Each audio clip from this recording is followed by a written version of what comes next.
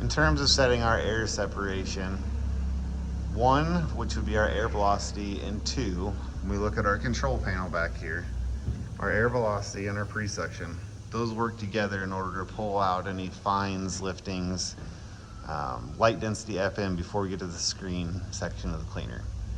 So what we want to do with our pre-suction and our air velocity when we set it up is generally, I'm going to put my pre-suction up around 40-50%, because that's ultimately going to be the volume of air that helps lift that material as it is feeding into the machine, coming off of our screen, our shaker feeder up there.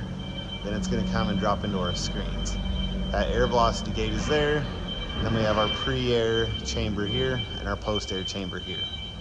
So using that volume of air, we're going to lift that material, and that air velocity gate is going to define the speed of air pulling through that product as it falls into the cleaner. I generally, like I said, will set my pre-suction around 40 to 50 just to get started, and my air velocity I'll set down around 20. Reason being is as product falls off that feeder, I want that lighter material to float out towards this pre-suction chamber a little bit. That's going to allow it to pull into that pre-suction chamber as we get started.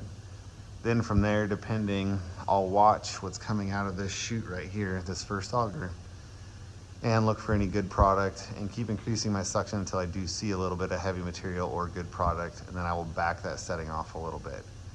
And from there, we can use our air velocity setting to fine tune what we see coming out of this first auger.